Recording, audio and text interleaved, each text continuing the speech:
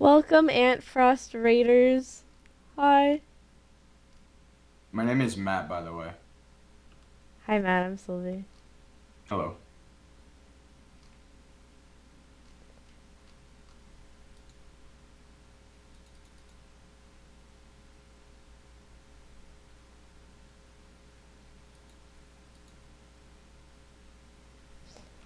You popped off in Battlebox. Thank you, thank you. I actually am very proud of that, but only that. I feel like all the other games I didn't do very hot in. I did pretty good for myself in Rockets Play Fresh, though. Yeah, we have my kitten here. This is Nico. Say hi. Hi, guys. Hi, chat. He's very sweet. He likes face rubs.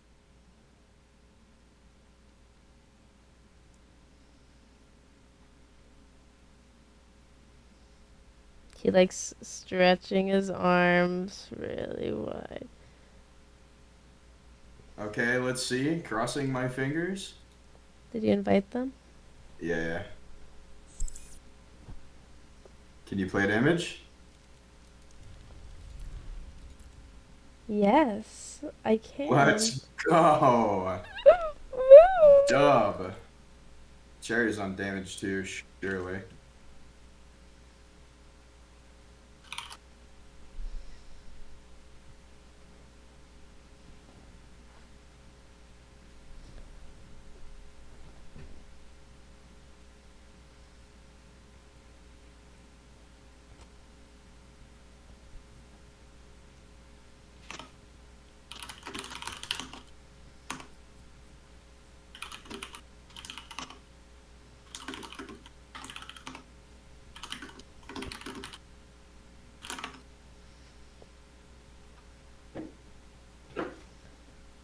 Are they able to play? No.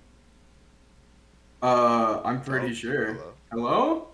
Hello, hello. Can you pick DPS? Oh, okay, you want me to play DPS? Yeah, just do that. Or, yeah. Oh, wait, or what? Do Or we whatever support? you want. Okay, okay.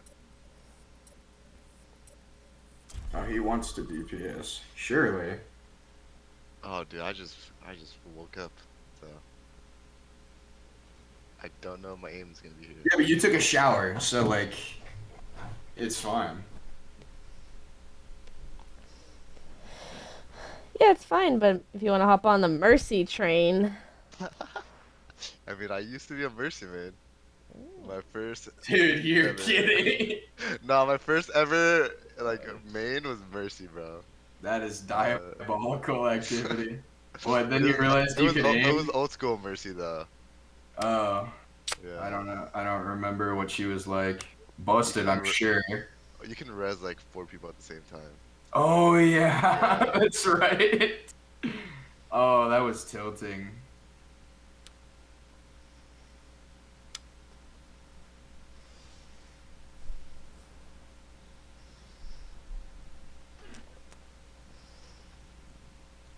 The sweetest thing you've ever seen. Here. Hi! Hi! Wait, how many I'm games did you guys Nico. play? Nice to meet Dude, you. I think I was Yay! only here for maybe like, Hi! His wave is so cute. shit, I Hi! don't know, 10 maybe? Oh my god. So, like, not that many to already get tilted, but I mean, 10 games is a lot though. yeah, but in Overwatch time, it's not really that much. Oh, never mind. It can't be 10 games. We've been playing for almost 4 hours. Right? I don't know. So, what does that mean for the amount of games? I have no idea. I'm like, Did you guys end up winning? Or did I wouldn't say you guys dumb, lost but or like won? not smart.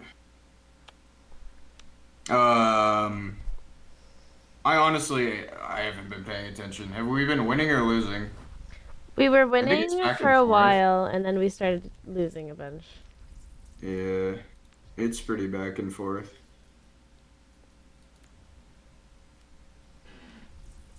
Do you want to play Valorant again later, Trey? Like what time? I don't know. I'm not like on a pretty tight schedule right now. Wait, I think I played like. Wait, let me see. I think we played like 20 games. I played 20 games. Jeez. Oh, Today. was Oh it? my god. Holy cow. Yeeks. Yeah, I just checked my my Ana games and it says 14 games played. Oh, So, sheesh. Wait, and that was all today? yeah. Oh my god. Yeah, did you forget it was grind season, Cherry, or Hey, the grind never stops. never has? It's always grind season. That's why I'm You can wondering never how you have forgot. Nico. He's my cat. Can't believe you just woke up, man. That is not good. I love him. Yeah, it's kind of bad. And bad. Dude, last night Valorant was fun though. You're the best True. thing ever. You're perfect. Can I add support I to the love queue you. so we can maybe like find a game? Oh yeah, sure. How do we do that? Do we exit? You just have to cancel it, I'm pretty sure. Oh. Well, No worries. Oh. there you go. It worked. It, Thanks. it got threatened. Prepare for Yes! select. Yes! Yes! Wait, Woo! what? I can finally play Farah after all this time. Yes! I was stuck on support. Stuck. I missed her. Oh, dude, playing support is just miserable. 14 games. Strike from above. Oh, dude. The other night where we were Particle like we cannon were all online. playing together, Let's run I was them stuck on over. support, and I was playing Ana, and it was just so horrible. Yeah, I was playing Ana. There is Yeah, Ana always is room not for fun. improvement. I mean, she's more fun than like. I don't know, because I don't know how to play any of the other supports besides her and Mercy. I mean, Ana's fun, but until you get like. done. Yeah. But Yes. you know, Yes. You're just, yeah. Yes! I understand! I just went through that! Keep our questionable Yeah. choices to a minimum. That's incredible. You can hear the stress in your voice. Oh god. What? Oh, I don't have a bubble for you. Wait. I don't have bubble for 8.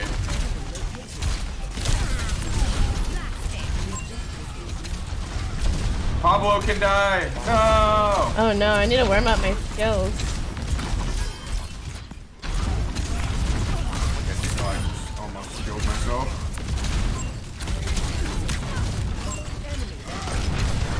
No chance. This guy dies, surely, right?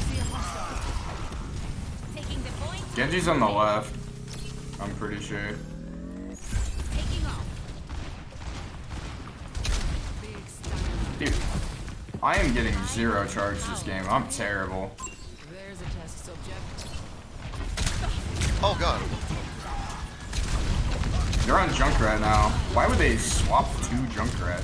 To Farah and Zarya. I'm so confused. Oh, oops. Uh-oh. Probably to counter Farah. You know, Junkrat counters Farah. Uh-oh, uh-oh, uh-oh, uh-oh. Making another. This is not looking good. On the move. Okay. Oh god, I'm 1 HP. Increasing altitude. Yeah, me too. Yeah.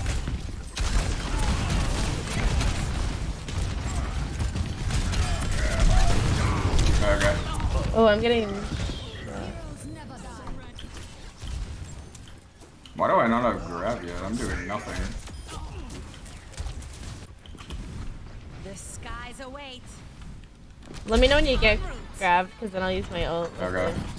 Yeah, I'm just dead. Aerial position. Ah!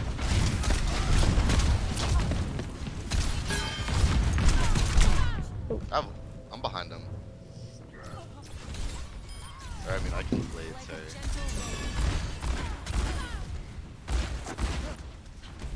Always more to learn. Reposition. I have grab.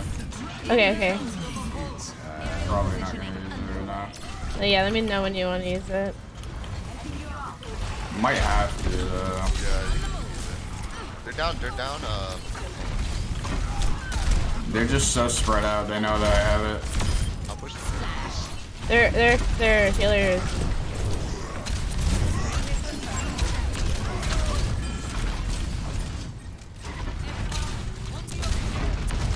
Never seen a Rhyme drop for the Mega down there. Well, I think before, he but fell. whatever. Oh, did he? In his defense. Rhyme defender. I will not waste this opportunity. Increasing altitude.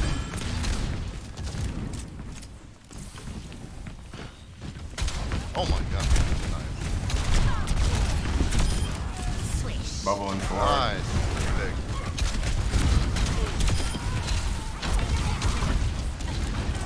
Okay, let me know when you wanna grab. We can kill Ryan. Yeah, there's just like we just don't need to yet.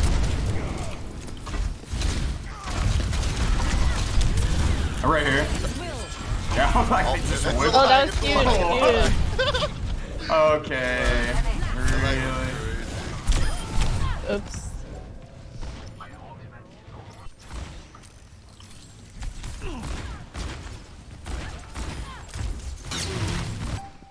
Oh, I got All stuck. Wow. systems nominal. Heroes never die. Overtime. Well, I guess I never. See our honor. Rains from above.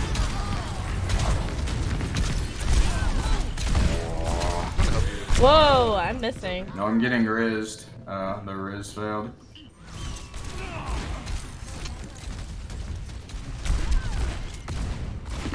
I'm warming up on my Always DPS. more to learn. Come here. Same on tank. What?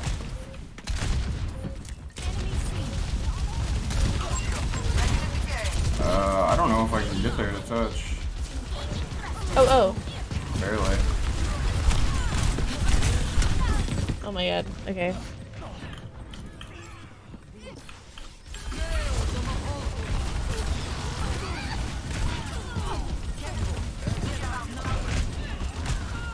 That's unlucky. Need reinforcements. Can I get an ETA?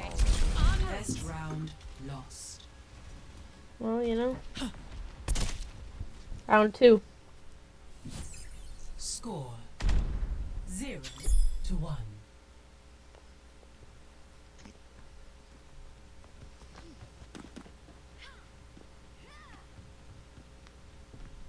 On, let's hear that fighting spirit. That's exactly what I'm. You just roared. What? You guys hear that? Someone roared. Stay sharp. Like, Oh. with a character. It's harder to keep you This? alive. Oh, that was me. 5, 4, That was me. It was like, oh. IRL. 1. Round 2. It's like a voice line between characters. I don't know. Yeah, I know what you're talking about. I think it was Lucio. Dude. I've never been hit by a Winston right click before. Oh my god. Yo, please. Where's my Pharah? Bear's on me. I mean, Mercy's on me. Oh, that's what I meant. Monkey low. Oh shit. So Mercy left me. Returning to battle.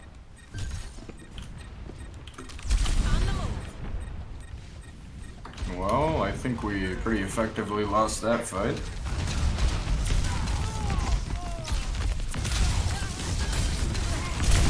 Okay, yeah, I'm getting like, I don't know.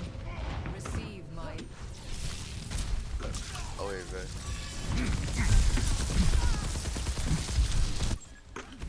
We can do better than this. Come on. We're shredded. Oh my god, I wasn't in. En route.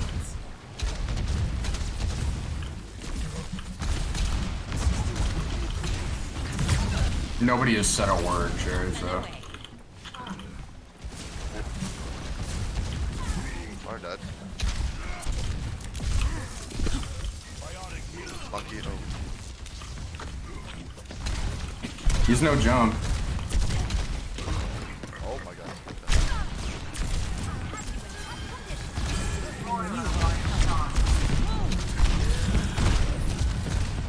I'm missing. Okay, I need to work on my...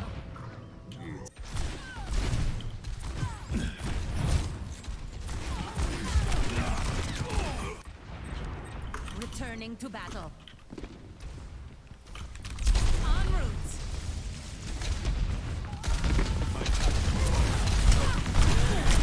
Okay.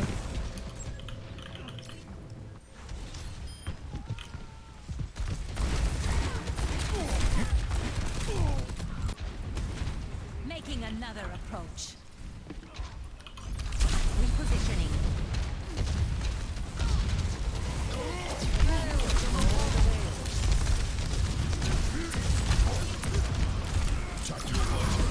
Oh, I thought I peeked the bubble. Oh wait, no way. I just wasted it. Okay, I'm switching.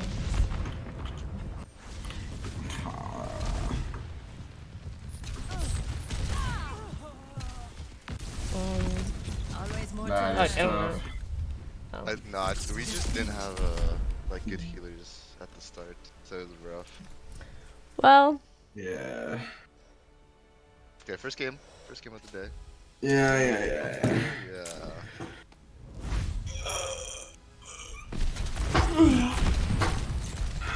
This guy went second mode though. True, he did. Can you give me like 5 minutes?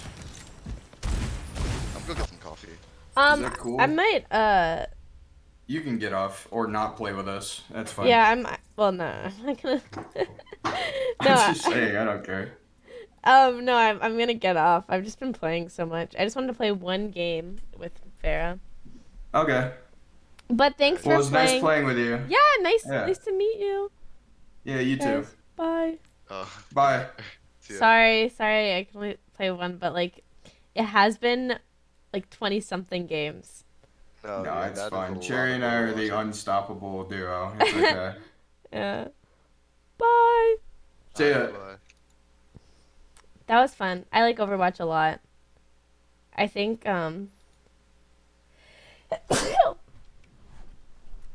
don't know. I think it's fun. But holy shit. Does it creep up on you how much you play? Cuz that was a lot. And it was fun. I was having a blast. I didn't realize how much I was playing until I checked it. And then once I saw like the actual number of games I played, that's too much for me. Holy shit, that it hit me, and I need to not do that because that's crazy.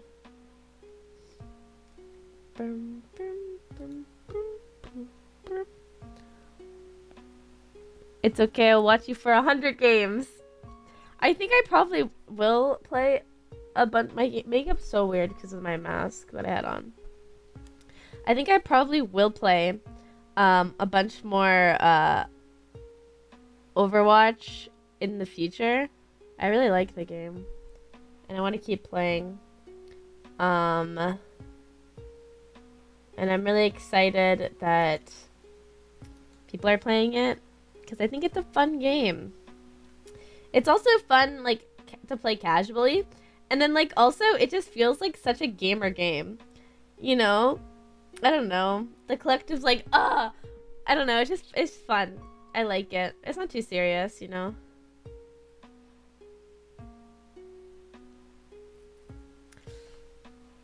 I'm good. How are you? Thank you, everyone that joined. Wait, let me, I'm gonna run a quick ad since I haven't really done that. And then I'll wait to see. It has been 11 hours and I've not really been running ads or anything.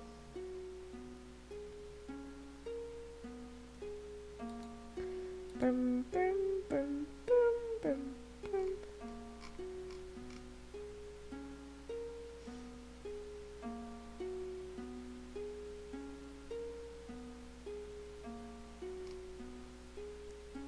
Boom, boom, boom. Hi, chat.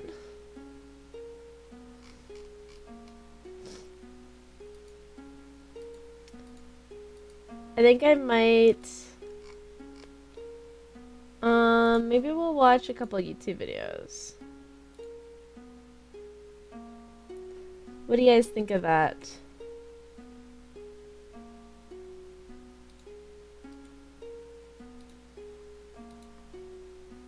I'm not leaving. Why'd you say bye, Sylvie? Oh, are you leaving?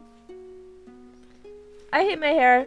I wish it was straight. Why is it like this? So odd and curly.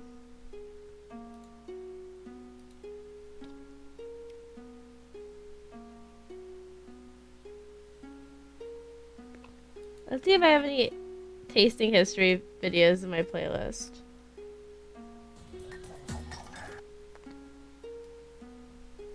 I'm almost done. Yeah, we have a couple. Let's just watch a couple tasting. Let's watch. Heart and mead. Let's watch Dragon Heart from a Viking King. For a Viking King. Oh, my lashes are bad. Whatever. You guys don't watch me for my looks. You watch me for my personality, right, guys?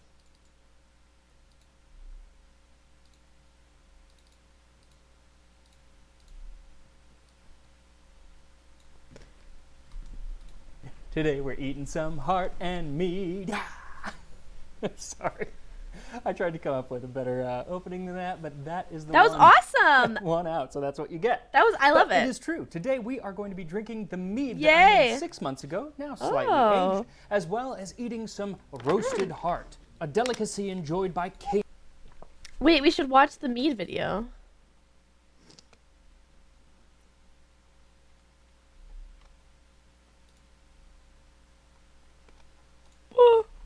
I watched for the Farah gameplay. Too bad it was 5 hours of Ana gameplay because I couldn't play Farah. It's okay. Roasted heart. I don't know what it is, but I kind of want to see the mead. Okay, we're gonna watch the mead video first Do you ever wonder where the because he drinks it in the video, and I'd feel like we'd be missing out if we didn't see what the mead he made was talking about. term honeymoon comes from? I'm about to tell you. See, in the Middle Ages, Whoa! I never. Wait. you ever wonder where the term honeymoon I comes haven't from? wondered. I'm about to tell you. See, in the Middle Ages, when a young couple got married, their family would give them a moon or a month's worth of honey mead. And then the young couple would go off, frolic, and make merry for a few weeks. And quickly come Whoa! back with a bun in the oven. Whoa! They just be fucking. So that's what we're making today. Not a baby. Mead. So whether you're a Saxon warrior positioned in your shield wall or a marauding Norse Viking, get ready for that sweet, sweet taste of alcoholic honey, mead. This time on Tasting History.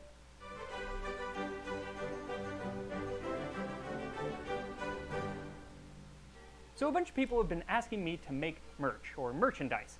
So there is some that I just got up in the bar beneath this video. But you know what? I would love some ideas about what kind of stuff you guys want, what I should have made. So today's catchy title, 15th century Tractus manuscript, folio 20R. Catchy title. Now usually I read the full recipe, but this recipe is rather long and rather wordy, so I'm just going to give you the hits, but I am going to put the full translation in the description if you care to read the entire thing. I actually don't For to care. make mead, take 1 gallon of fine honey, and to that 4 gallons of water, and heat that water till it be as lang. Then dissolve the honey in the Hi, water. it just came. What are we doing? We're watching Tasting History, which is a Then historical set them over the cooking fire show. and let It's them fun. boil, and You'll like ever it. Scum it as long as any filth riseth thereon. And then take it down off the fire and let it cool in another vessel till it be as cold as milk when it cometh from the cow. Then take dregs of the finest ale or else barm and cast it into the water and the honey and stir all well together. And so let it stand 3 days and nights. Then draw it from the dregs as clear as thou may into another vessel clean, and let it stand 1 night or 2, and then draw it into another vessel and serve it forth. So anyone who makes mead on the regular today is probably thinking, oh, that just doesn't really sound right to me. Because mead usually ferments for weeks, not days, and then ages for months, not a couple nights. So this is a quick mead, and probably they would have let it age longer if need be. Oh. I don't know. This mead is probably going to be not as alcoholic, very sweet and cloudy, but we shall see. Now the recipe also gives us instructions on how to make this mead Eaglin by adding various herbs such as hyssop, betony, moonwort, hart's tongue, and white Moonwort? horehound, just to name a few. Kind of sounds like the three Weird sisters at the beginning of Macbeth. Woo! Now Eaglin is a shortened version of the word Mediglen, meaning healing mead, because in medieval recipes, usually when there were herbs added, it was medicinal, because that was the medicine that was most commonly available. And even today, any mead that is made with herbs and spices is called a Metheglin, very similar Meth. to Medeglin. There are actually dozens of terms for all different kinds of mead depending on what you're adding into it and how alcoholic or how much honey is in it. There are tons. And I'm not going to go into them all right now, but there are some great resources, books. Oh wait, in let the me video speed it up a little bit. description if you really want to kind of get into mead and how to make all the different To various mead and forms. how not to But for mead. today, we're sticking with the traditional 3 ingredients: water, don't use distilled water for this, mineral or spring water, that's the way to go, honey, and ale dregs or dried ale yeast. So the recipe calls for 4 gallons of water and 1 gallon of honey, but that's a lot. So I am going to be making 1 gallon of water and a quart of honey. And really, as long as you stay with the 4-to-1 ratio, you're going to be good to go. Now, as for the yeast, if you can get ale barm or dregs, fantastic. But if not, you can go ahead and use dry yeast. The thing is, in either case, they didn't tell you how much to use, and it's really going to depend on how active the yeast is. So you're kind of just guessing. What I ended up doing was about 2 tablespoons of barm, and then I put it into a little bit of water with a drop of honey just to make sure that it was active, and it was. If you're using dried yeast, it's hard to say. Usually for a gallon you would use like a pinch, but because we're only doing this for 3 days, fermenting it for 3 days, I use a little bit more, maybe like a third of a packet, maybe. So first, if you're worried about bacteria, you can go ahead and sterilize all of the tools that we're going to be using, though in the 13th century they wouldn't have really cared, though they actually kind of have a way around that, so we'll get to that. But it can't hurt to A sterilize blind your cooking equipment. stream? What's So a what you'll blind need cooking is a large stream? pot for boiling, a large container Like I'm for fermenting, blind while another I cook. container for aging for all of 2 nights, and preferably like Or a I bottle don't have with a small recipe opening and I'm so you can cooking. fit a bubbler or airlock. That lets the carbonation out without other things getting in. And then you can also probably use a siphon or a funnel depending on how you plan on getting the mead from one container to the next. Siphon or funnel will definitely make things easier. So following the recipe, we heat our water until Oh, it is with a light. Now, I blindfold? could not That'd be find fun. anywhere a translation, Middle English, Old English, anything for the word leng. So if anyone knows, great. Otherwise, Length? it really probably just means rather hot because what you want to be doing is to dissolve the honey in there so it's not just falling to the bottom.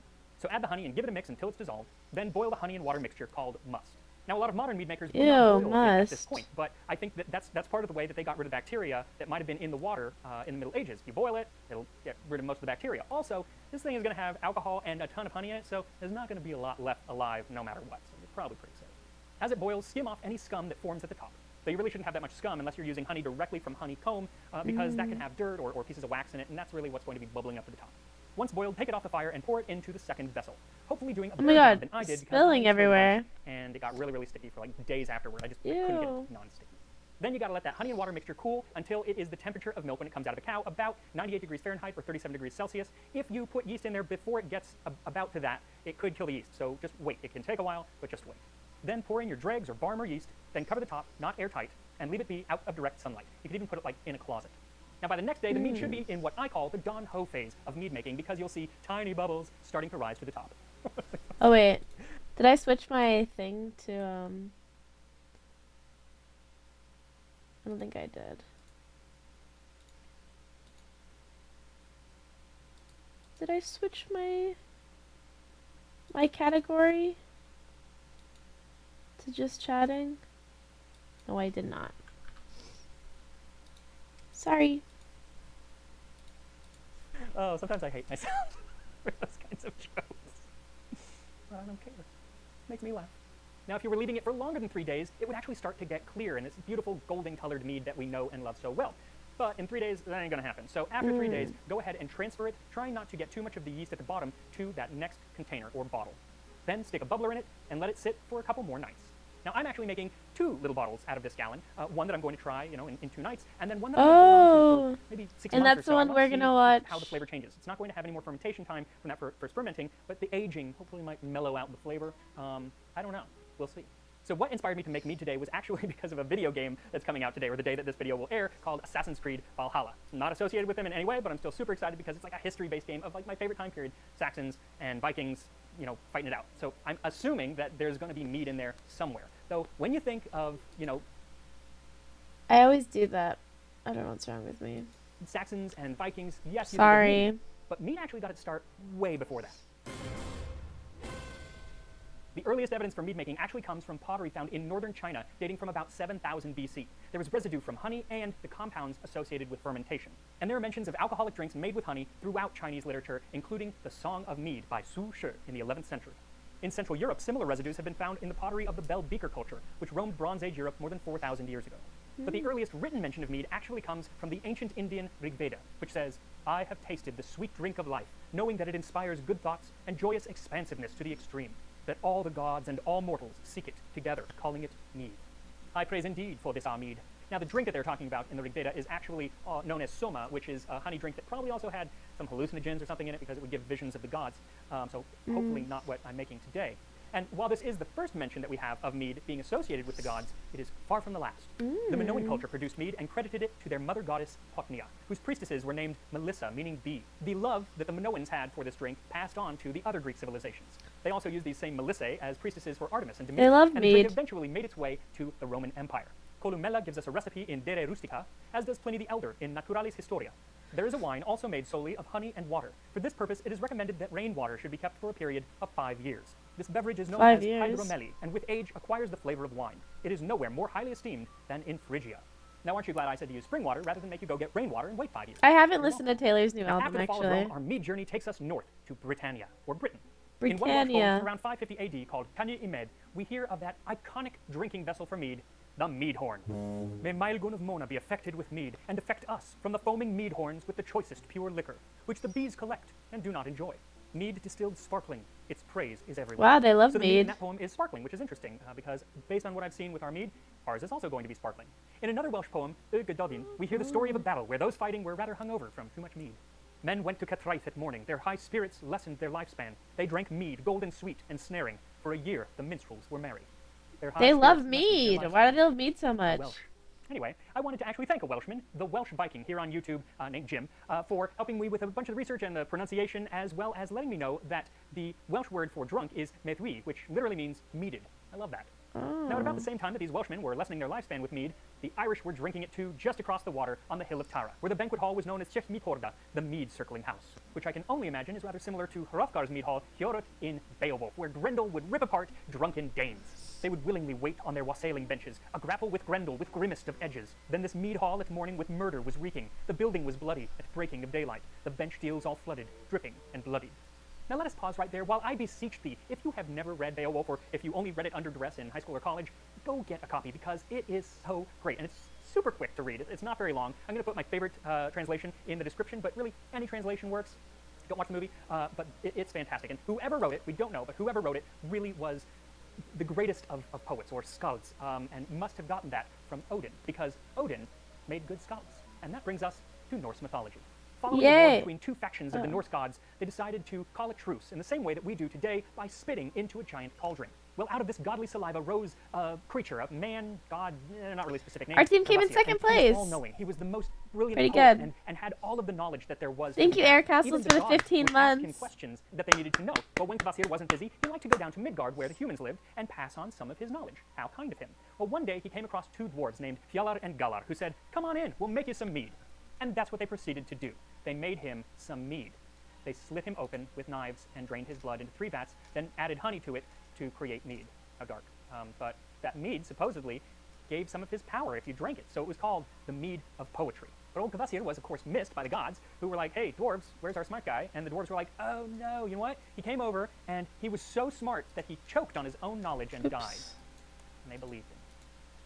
Well, these two jerk dwarves weren't done with their little killing spree because a little while later they killed a couple, a husband and wife who were giants. And the giant's son was like, no. So he came over and took the dwarves and set them on an island that was about to flood so they would die. But the dwarves were like, hey, if you don't kill us, you can have this mead of poetry that we've got. And Mead. the like, okay, and let them go. And now they're Yay! kind of weird. No, But the second giant place is didn't drink the mead awesome. himself. He actually just kind of hoarded it and gave it to somebody else to protect. And when Odin, played by Anthony Hopkins, found out, he decided, I need this mead of poetry, because Odin prided himself on his love of knowledge and poetry. Anyway, after a bunch of scheming and shape-shifting, Odin was allowed to have 3 sips, 1 from each vat of the mead.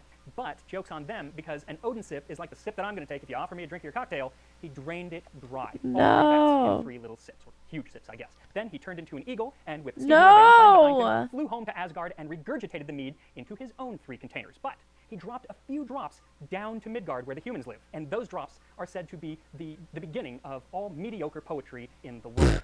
Because to be a great poet or skald, you have to get your mead directly from Odin himself. And I'm pretty sure that whoever wrote Beowulf got their mead directly from Odin himself.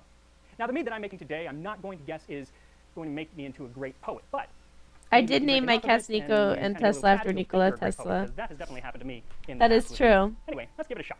So once 2 nights have passed, pour the mead into that final clean vessel, and it's ready to drink. Oh dear. Oh, no. Okay. Well, that was embarrassing. My ale horn seems to be leaking. No. We like a leaky ale horn. So instead, I'm using the beer mug. That's okay. So let's go ahead and try this mead. It smells very yeasty still. I guess it's to be expected.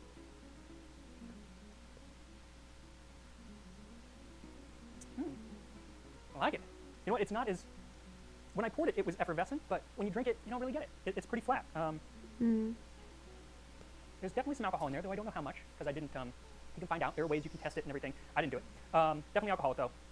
And definitely super sweet. I think it would mellow if I gave it some more time, which I'm going to do. Obviously not fermenting, but I am going to leave it in that second bottle, maybe 6 months. Maybe in 6 months, we do another episode on something else. Yes. And I drink the rest of the mead. Yes. See how it goes. Anyway, go make yourself some mead. It's actually not that hard. Just take some time and enjoy life. Ooh, and this enjoy looks poetry. delicious. And I will see you Medieval next time cheesecake. on Tasting History. Well, let's watch it. Heart and Mead. Dish was inspired by a conversation. So today's dish was inspired by a conversation that I had with archaeologist Daniel Serra, co-author with Hannah Thunberg of An Early Meal. We were discussing my desire to retaste the mead that I had made back in the fall, and I was looking for a dish to accompany it. And he said that the mead would have been drunk during special occasions because honey was quite expensive. So we were looking for something that might also be enjoyed on special occasions. A meal fit for a king, you might say. Enter the heart of a beast, prized for its rarity due to the fact that most animals only have one heart, and because it's thought to imbue the eater with some of the qualities of the animal. So it would have been a staple at any feast, and usually reserved for the guest of honor or the king, the warlord, whoever was sitting at the high chair. Now, there are no recipes from this time period, really, so we have to rely on archaeology as well as the writings of the Germanic and Norse people. And when I read this, imagine Sean Bean reading it, because it'll give it more gravitas. I dreamed my hawks from my hand had flown, eager for food to the land of all. I dreamed their hearts mingled with honey. Their swollen hearts with blood. honey. I ate amid sorrow. That was from the Poetic Edda, a collection of stories that formed the basis of Norse mythology and much of the legends of the Germanic people. Hardly a recipe, though. It's basically heart and honey. So we do have one extra ingredient, and honey is particularly appropriate today because we are tasting our mead. So for today's recipe, what you'll need is 1 heart. Now, I'm using pork heart. You can use lamb or beef, though if you do use beef, then you'll probably be inclined to think of Captain Beefheart. He's a recipe. And that's 1 heart and then a jar of honey. What an ingredient. weird. Also, do you think that you could become a famous musician today with a name like Captain Beefheart? I think not. A half cup or 118 milliliters of honey, 1 or 2 leeks, a few juniper berries. Juniper berries that you buy at the store are usually dried, so you want to grind those up into a powder. And Daniel and Hannah recommend also using lingonberry, which I love lingonberry. I think he's making his own recipe. Yeah, very straightforward. Very hard to find fresh, or even freeze-dried here in Southern California during this time of year. They're usually done and preserved with a bunch of sugar added, so that kind of defeats the purpose, so I'm not going to be using them. And a few slices of European-style bacon. The bacon's going to help to keep the meat from drying out too much. Another popular method in the Middle Ages was called barding, and that's where you wrapped it in Shakespeare. No, it was where you would wrap the whole meat in bacon, something that we still do today, and that also keeps it from drying out. And you can learn about other wonderful medieval cooking techniques in one of my favorite courses on the Great Courses Plus, Cooking Across the Ages. It is a course that I repeat over and over again, especially when I'm doing research. It's filled with great inspiration, and besides the fact that it has excellent history, it has the charm, wit, and genius of the great Ken Albala, one of my food history heroes.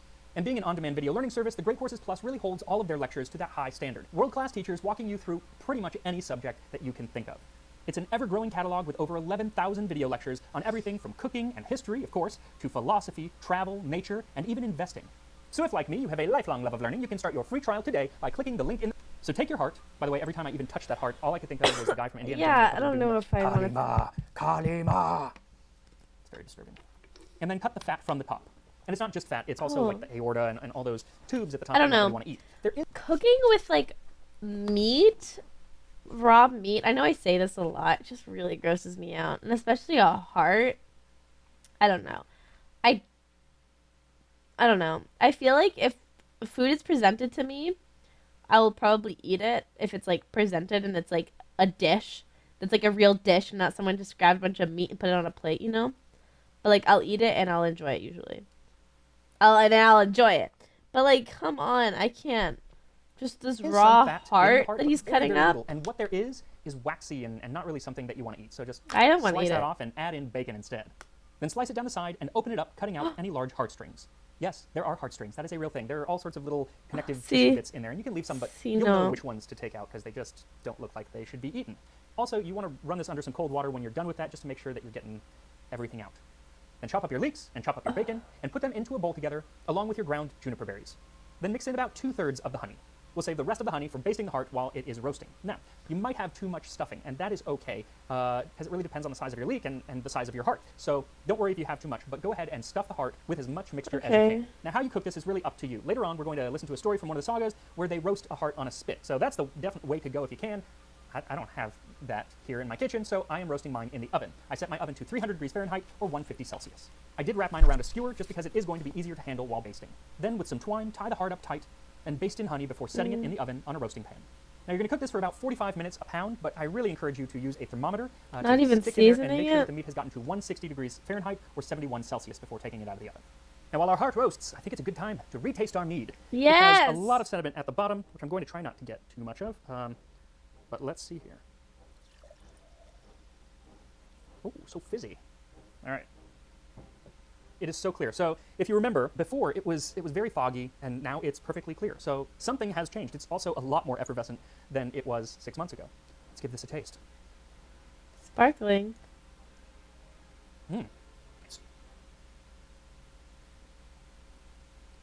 It's actually really quite alcoholic. It's not sweet. There's a little sweetness to it, but I mean, last time it was like drinking honey water. This is really good. Maybe I should become a mead maker. Oh, wow. Is that a good career choice? I bet it is good. It Yes, looks would be. good. Mead maker. Make it with mead. Max the mead maker. I want to make Anyway, if you haven't mead. seen the first episode, I will put a link in the description and probably up here to where you can watch me actually make the mead and taste it for the first time. This is also a good time to make sure that you have subscribed to Tasting History and go ahead and hit the like button while you're down there. It really does a lot for the channel, and that way you won't miss Making any mead future stream? tastings of mead. Though I think next time it's going to be Babylonian beer, because this summer I want to make Babylonian or Sumerian beer, actually. Anyway, all of that done. Let's get into some history. Kind of. So today's history is interesting because there is a kernel of history in it, but what we're going to be talking about is actually the myth that kind of wraps around that kernel. And sometimes it's hard to tell Mythology. what is real and what is not, what has been made up. And that That's happens fair. a lot. Even in the mead video that I did 6 months ago, I talked about how the term honeymoon came from the practice of after a Saxon wedding, a month or a moon's worth of mead was consumed. That actually happened, or something like it happened, but the term honeymoon didn't arise until much later. And it was actually something that, the story, it was something that the Victorians just made up, something that they were constantly doing, and now we call that invented tradition, i.e. a lie that someone just made up that stuck around until it just became accepted as fact. It's just how it goes. And we like to think that, you know, making up myths is something that was done long, long ago, but it's not. The Victorians did it. We're still doing it today. But what we're talking about today, it did come from long, long ago. See, the recipe that I'm making today, the talk about the honey An hearts ancient and myth. made from hawks and everything, that comes from a story mentioned in the Poetic Edda. It's also mentioned in the Volsungs saga, or the saga of the Volsungs. And one would assume that it's pure myth, but it's not, because the person who's having the dream in the story is named King Atli, who history knows as Attila the Hun, who was a very real person, just ask the Romans. See, the Volsungs saga is one of the heroic legends of the Germanic people that lived in southern Scandinavia and modern-day Germany and Poland and that kind of area. And during the twilight years of the Roman Empire, they were butted up against the lands of the Huns, much of which is now like modern-day Hungary. That's where the term comes from. And several of the characters in the saga are based on real historical figures. And the Germanic and Scandinavian people loved historical fan fiction, and they would take these real characters and put them into new and kind of crazy situations. It's like the 6th century equivalent of Abraham Lincoln, Vampire Hunter. Well, in this saga, there are actually 2 references to the eating of hearts. The first is King Atli, or Attila the Hun, who has a dream of eating honeyed hawk hearts. Then his wife, Gudrun, who is also based on a real person, comes to him and says, it's actually not hawks. The hearts of thy sons hast thou eaten, sword dealer, all bloody with death and drenched with honey. Yeah, she killed his sons and then fed them to him. And then she kills him, and then she burns the hall with him and No. everyone else in it. Just Why would she throwing do that? whole part of the story off. But it's actually the other story of heart eating in the saga that I really love. And partly it's because it's portrayed in one of Wagner's operas in the Ring cycle, in the opera Siegfried, which I really enjoy. These are the operas with Ride of the Valkyrie, which everybody knows, as well as Brunhilde, who is often depicted as having a winged or a horned helmet, though that came from a costume designer at the end of the 1800s. Vikings probably never wore horns on their helmets. There's a lot of stuff about the Vikings that is not true that kind of arose around that time, including the fact that Viking was more of a profession. So the Viking Age is a time period. Viking was a profession. It means raider or pirate. So not everyone at the time was a Viking. It'd be like if in 1,000 years, today is remembered mostly for banking, and we are living in the banking age. So that doesn't make us all bankers. Anyway, that's just a pet peeve of mine. Back to the story. So this is the story of Sigurd, one of the great heroes of Germanic legend. And he had a sort of stepfather who was a dwarf named Regin. And Regin asked Sigurd to kill his brother, Fafnir, because when Regin and Fafnir's father died, leaving a bunch of gold and treasure to them, Wow, Fafnir took look it at all all for that gold. himself. The only thing No, is, why Fafnir, would who was a he? dwarf, somehow turned himself into what at this point is described as a snake. So Sigurd and Regin Oh, go to it's a find Fafnir. dragon. Fafnir leaves his lair once a day to go get a drink at the edge of a lake. But on the path, Sigurd notices that it includes a cliff with a 30 fathom or about 180 foot drop. And he's like, I thought you said this was a snake. And Regin's like, well, it's a big snake. But you're brave, you got this. Just go dig a little pit along the path, and then when Fafnir goes over, just stick him with your sword, you're good to go. And then Regin leaves. So Sigurd is digging this pit when an old man with one eye walks up to him and says, Sigurd, You in danger, girl. Fafnir is not a snake, he is a dragon, and when you stab him, his blood will come out and it will burn you alive. So dig some pits around you so that when you stab him, the blood goes in there. I don't really see how physically that's going to work unless he stabs him with an umbrella and the blood like goes over the umbrella. I don't know. Anyway, the guy who might have been Odin, it's really unclear, he leaves. But he makes all of the pits and lies in wait, and soon Fafnir comes a-crawling, and it's said that he's so large that the ground shakes with each step, and that he spews venom in front of him the entire time. Not a snake. But Sigurd, who is famously afraid of nothing, stabs him with his sword and delivers a fatal blow. Fatal, but not immediate. In fact, they have quite the dialogue. In the opera Siegfried, who is Sigmund, changed his name for some reason, they have a 10-minute duet, so they do like the chit-chat. And Oh, what they wow. talk about is Sigmund or Siegfried's name. Whose son thou art? Who is Fafnir's blood thy bright blade reddened, and struck thy sword to my heart? And Sigurd's like, I don't have a name, or a dad, or a mom. And it's because at the time it was thought that a dying man, or dragon's last breath, could be a curse. But he had to know the name of the person that he was cursing. So if Sigurd didn't tell him his name, no curse. But then Fafnir asks again, and Sigurd like gives it all up. He's like, Sigurd's my name, killing dragons my game, my dad is Sigmund, my mother's maiden name is blah, blah, blah, blah. You want my blood? Wow, He gives so it all much. up with no explanation. It's kind of weird. So as you might expect, Fafnir says, I counsel thee, Sigurd, heed my speech, and ride thou homeward hence, for that same gold which I have owned shall now be thy bane as well. So he curses Sigurd, he curses the treasure, and then the dragon dies. And then Regin, the little dwarf, comes back and is like, hey, give me some of that sweet, sweet dragon blood. And he drinks his brother's blood. And then he says, sit now, Sigurd, for sleep will I, roast Fafnir's heart on the fire. For all his heart shall eaten be, since deep of blood I have drunk. So Sigurd puts the heart on the spit and roasts it. Then, when he thought that it was fully cooked, and the blood foamed out of the heart, then he tried it with his finger to see whether it was fully cooked. He burned his finger and put it in his mouth. But when Fafnir's heart's blood touched his tongue, he understood the speech of birds. Logical, he could understand birds after drinking the blood. Makes sense. He And said- the birds around him have to be really, really smart. There sits Sigurd, sprinkled with blood, and Fafnir's heart with fire he cooks. There Regin lies, and plans he lays, the youth to betray, who trusts him well. Another said, let him smite the head from off him then, and be only lord of all that gold. So basically they say that Regin the dwarf is going to kill you as well, so you should cut off his head before he wakes up. And, on the advice of woodpeckers, he does just that. Cuts the dwarf's head off and eats the rest of the dragon heart himself. It imbues him with so much courage that he then goes off to fight his next adventure. And that is why at a feast during the Wow. Viking Age, it was customary to give the heart to the king, or whoever the guest of honor was, so that it would imbue them with the characteristics of whatever animal had given their life. Which really makes me wish that I had a dragon heart instead of a pig heart. Oh, Now while your heart roasts, make sure to baste it He's every gonna 10 start to 15 minutes with honey. applying That way you'll to have the a nice, police sweet heart. academy. And once it hits 160 Fahrenheit or After 71 eating Celsius, it. take it out of the oven and let it sit for about 10 minutes, and then it's ready to serve. And here we are, roasted heart of the Viking Age. I'm going to slice myself a piece off here. it's jiggly. Oh, he doesn't like it. Chewy. Heart is not for me. I don't have the stomach for heart, it turns out. I mean, I ate it. The flavor actually, it's not for me. It's very honeyed, but the flavor is not my issue. It's the texture. It's so firm.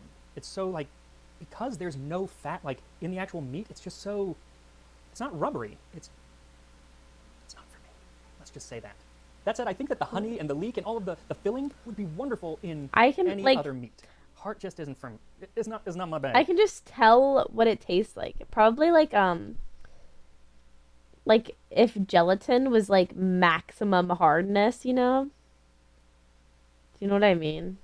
Yeah, but that's okay. I don't have to enjoy everything that I make here on the channel. That's part of the fun. I do look forward to making more recipes from an early meal. Most of them, I think, are right up my alley. I don't know why I went with the heart for the first one. Probably not my best decision, but you know what? It was interesting. Now, next week kicks off an entire month. I mean, the 4 weeks, heart's rather, cool. of, Like, ancient Roman it's recipes. cool. Like, it looks cool. So I'm like, that's awesome that he ate that. Just kind of, like, I don't know. Like, yeah, maybe I'll take a bite of it, you know. I'll try it. Sure. Sure, I'll try it. I respect Max Miller a lot for like, his videos. They're so good. And they're so nice to watch. Bum, bum, bum, bum, bum. Bum, bum. But I think I am going to end here because it has been 11 and a half hours. Right? Is that a good time? Yeah, I'm going to run another ad. Sorry.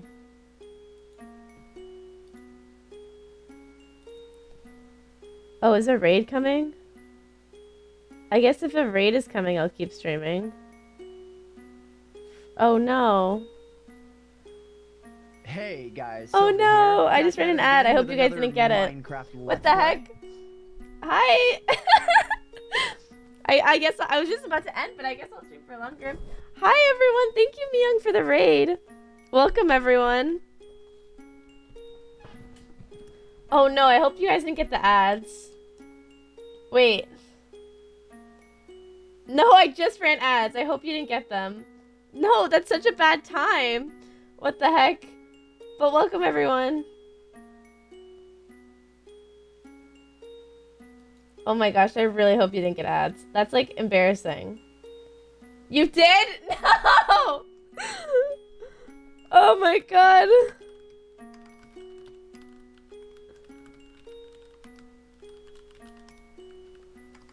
Oh no! Oh gosh, that's really terrible. It's not perfect timing. But welcome everyone, I'm Sylvie. But I want you guys to like hang out. Thank you, Nelson, for 5 gifted subs. Oh no, and I ran like 2 minutes worth. What the heck? But thank you, Myung, for the raid. I hope you guys had a good stream. What'd you guys do over there? Almost 12 hours. Well, you have to hit it now, you know. How's MCC? My team actually did pretty good. We got 2nd place. Oh, you banned people? Oh. Oh. For fun? Oh, that's good. That it was for fun. But my team got 2nd place. I did, like, pretty average, I think. Who was 1st place? Fruit, Shelby. Their team. I forget. I forget everyone on there.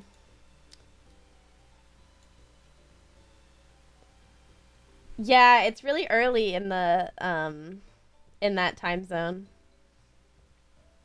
Brum, brum, brum, brum. Her chat is kind of wild. People ask to be banned. Why? Why do you guys want to be banned? You know, like, if you want to be banned, you can just, like, not type in chat. Like, you get the same thing. Why would you want to be banned? I guess, like, it's a little bit of attention. Bam. Bum, bum, bum, bum, bum.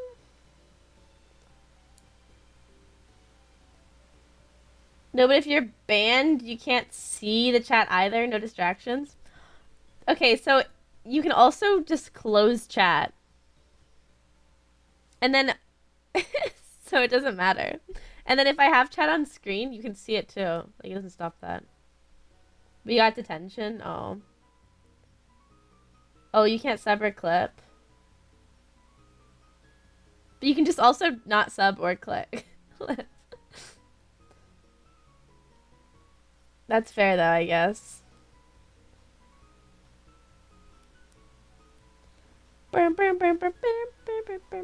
Well, welcome everyone.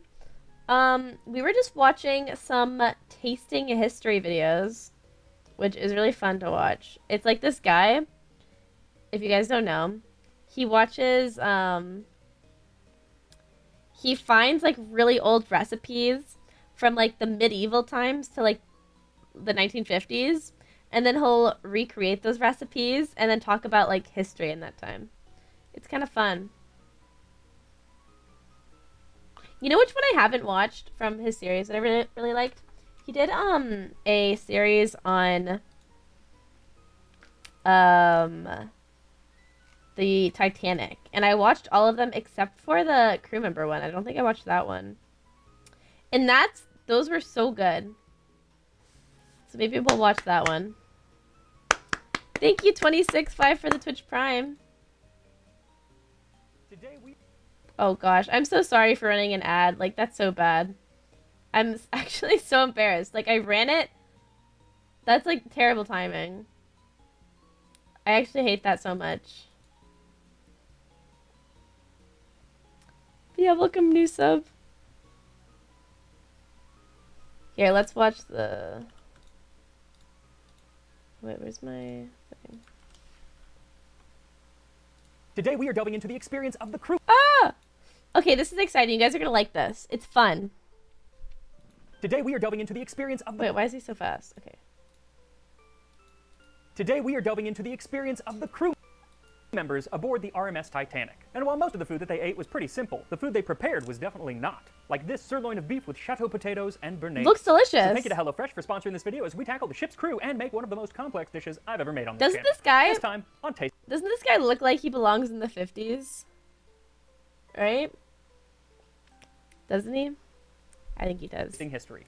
It does look like... Okay, a lot of this stuff I would love to eat. Like, there's some really cool Now, while most desserts, of the crew too, ate pretty that simply are on the Titanic, really there were a couple interesting. who got to dine first class. Literally. Both Captain Smith and I the did ship's change the purser, Hugh speed. Walter McElroy, had their own tables in the first-class dining saloon. And at the very last meal served aboard Titanic, the fifth course included sirloin of beef with chateau potatoes. Now, the menu does not mention any sauce that was served with it, but we know that it would have been served with sauce because pretty much everything was served with sauce. So as the menu was largely based on the cuisine of Auguste Whoa! Escoffier, Whoa!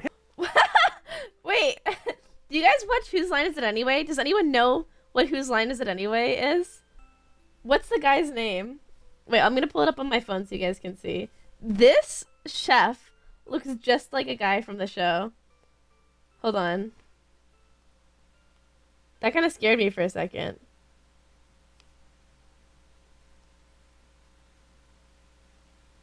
Yes, Colin.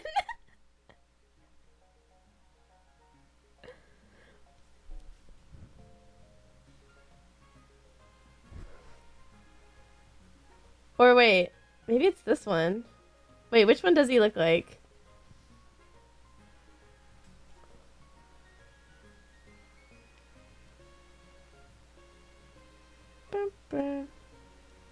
Wait, I'll get him in a good pose. He's smiling in all of them. Here.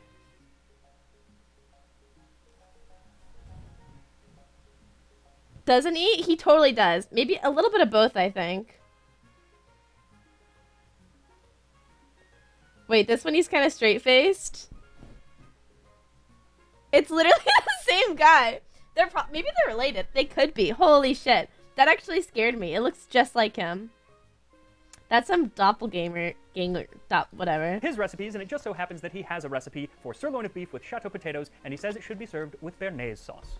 Entrecôte à la béarnaise. Season and grill the sirloin Doppelganger. steaks. Place on a long oval hot dish. At each end of the dish, place a bouquet of small pomme chateau. Brush the steaks lightly with some light meat glaze, and finally border each steak with thick sauce béarnaise. Exquisite. So it sounds simple, but it is not. In fact, it is probably the most complicated thing that I've ever made here on the channel because not only do we have to make the steak and the potatoes, we have to make two sauces, the meat glaze and the béarnaise. Oh, wait. Escoffier Oops. I'm sorry. I have the music playing in the background. Sorry. Want to enjoy the full experience. describes the meat glaze as a brown stock that has been reduced. The glaze is ready when it adheres to the back of a spoon in the form of a glossy coating. Though even making that brown stock to reduce is quite a feat, so I purchased brown stock and will let it reduce on low heat for about 4 hours until it coats the back of a spoon. And since it takes so long, you can pretty much let it do its thing while you make the rest of the dish. First, the chateau potatoes. Trim the potatoes to the shape of large olives, place them in a shallow pan, season, and cook slowly in clarified butter until very soft and golden brown. Arrange in a deep dish and sprinkle with chopped parsley. So for those, I suggest using 1 pound or 450 grams small golden potatoes and a couple tablespoons of clarified butter or ghee. Ooh. The hardest part about making the chateau potatoes is the shaping of them. You know, you're supposed to kind of cut them into the shape of olives, which I thought was going to be easy, but I was wrong. You start by cutting off the sides and the ends to make it into a rectangle, then carefully use a paring knife to carve it into an olive or barrel shape. And I'm not gonna lie, I got about a dozen done before my hand started cramping up so bad that I had to quit. And that proves that I am not a trained chef, because I'm pretty sure that the cooks on Titanic could do like hundreds of them without batting an eye. So like the meat glaze, for the average home cook, shaping these potatoes is going to be rather time consuming, unlike making a meal from today's sponsor, HelloFresh. Oh, I See, bet. after bits of quick fries and perfect to 16 for a nice, quick, complicated aspect of the dish, Escoffier's Béarnaise. Now, I'm not going to read the entire Béarnaise recipe because it is rather long, but I am going to put the whole thing in the description, along with links to the ingredients and some of my sources. My hands as well hurt as watching my Patreon him make page. I'm also going to follow Escoffier's exact proportions, potatoes. so I'm going to cut them in half because I'm not trying to feed a whole restaurant here. So for this recipe, what you'll need is 100 milliliters of white wine, 100 milliliters of tarragon vinegar, that's vinegar infused with tarragon, 2 tablespoons of chopped shallots, 1 cup or 15 grams of tarragon leaves, roughly chopped. He actually calls for a third of those leaves to be chervil, but for some reason that herb is like being boycotted where I live. I could not find it anywhere, so I used all tarragon, which is actually more common today, but if you can find chervil, use chervil. 2 teaspoons or 2.5 grams whole peppercorns, roughly pounded, a pinch of salt, 3 large egg yolks, 2 1/4 sticks or 250 grams of butter, 3/4 of a tablespoon finely chopped tarragon, and a pinch of cayenne pepper. So add the wine and tarragon vinegar to a large saucepan and add in the roughly chopped tarragon, chopped shallots, peppercorns, and salt, and bring it to a simmer. So you're looking to reduce this down to 3 or 4 tablespoons of reduction, and it can burn at the very, very end if you're not watching it. To help regulate the process, add a little bit of water, and it just kind of helps it, and it's not going to throw off the recipe at all. Regardless, though, do it at a very low temperature just to be safe. It should take at least 20 to 30 minutes. Once you have just a little liquid left, pour it through a fine mesh strainer and squeeze out any juice. You should have about 3 to 4 tablespoons, and you want to let it cool completely. You're going to be adding the egg yolks soon, and if it is still hot, then they can scramble, and that's bad. That is the bad. other pitfall to this recipe is not letting it get too hot while you're cooking it, because the sauce will split. Luckily, if it does split, there is a way to save it, and we'll get to that in a moment. But once your infusion is cool, pour about 3 tablespoons into a large saucepan and add the egg yolk, then set it over low heat and add a third of the butter, whisking it in until it's fully melted. Then add another third and whisk until incorporated, and then add the rest, whisking It's the like entire holiday time until it sauce, starts right? to thicken. Now this is the time when it can very quickly go from a nice creamy sauce to completely split. And the way that you're going to save that usually is by adding more fat, either butter or preferably an egg yolk. And it's usually because it's gotten too hot, so turn down the heat and then add that egg yolk and whisk it in, and it should bring the sauce back. Sometimes the problem is actually not enough water, so you can try that as well if the egg yolk doesn't work. Now, if your sauce is not perfectly smooth, that's okay. Pass it through a strainer, and then it will be smooth. But if it Blueberry, is you always nice and ask smooth, me. It's so then just add in that stressful. pinch of cayenne pepper, a Can little you salt do if it needs it, a and then mix in light the finely chopped green, like a tarragon. Then sage? set it aside as you make your steak and potatoes. And the potatoes are very, very easy once they're shaped. Just heat the clarified butter in a pan with a little salt, and then put the potatoes in, moving them around every so often until they're soft and golden brown. This too needs to be done over low heat. It should take about 15 to 20 minutes to cook the potatoes all the way through. As for the steaks, you can do them pretty much however you want. Personally, I am grilling them on the stovetop with lots of butter and fresh tarragon.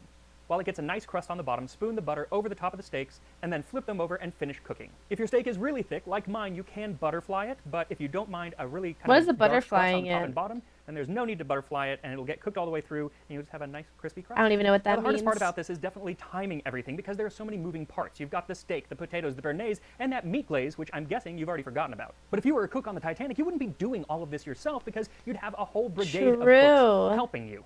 The cooks being part of the crew that we're about to discuss right now. Woo! Time for history! The Titanic had over 900 crew members on its maiden voyage, and their jobs were incredibly varied, but they all fell under 3 departments. There was the deck department, which was made up of 66 men and included the captain, officers, and sailors in charge of the ship. Where are the engine department, ladies? led by Chief Engineer Joseph Bell. It was 325 men and in charge of generating all of the power in the ship. Where are and the making the ship actually women? go. These included the engineers, stokers, trimmers, and greasers, and had what I think has to be the Greasers? hardest job on the ship. Most worked tirelessly in 3 shifts a day in the 6 boiler rooms, keeping the furnaces stocked with coal to keep the engines running. And because of their physical location on the ship, all the way down at the bottom, and possibly because of their place in society, they had the lowest survival rate, only about 1 in 5 making it onto a lifeboat. Now, the 3rd department was by far the largest department, and that was the victualling department.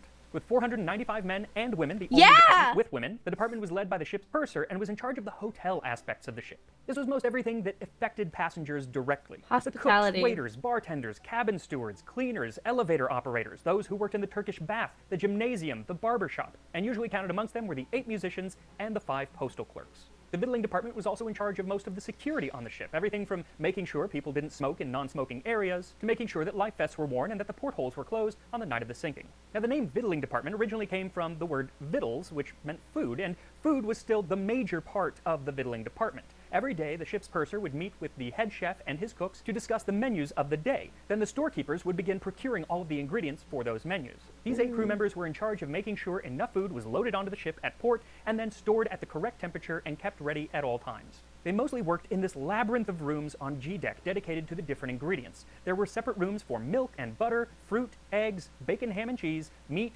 fish, and an entire room dedicated to mutton and another just to ice cream. If you're looking for me, I'll be in the ice cream room. Yay. They used a system of elevators to transport the food up to the first and second class kitchen, or galley, and usually just walked the food over to the third class galley, which was a lot closer. And in addition to supplying all the ingredients for the passengers' food, they also supplied the ingredients for the crew's food. Now, I used to work on a cruise ship, and everyone seems to assume that I was up like eating at the buffet every day. I was not. I spent a year living mostly off of hot dogs, cereal, and cold French fries. And you know what? It was fantastic. But the only ones eating like the passengers were like the officers and the captain. And it was pretty much the same thing on the Titanic.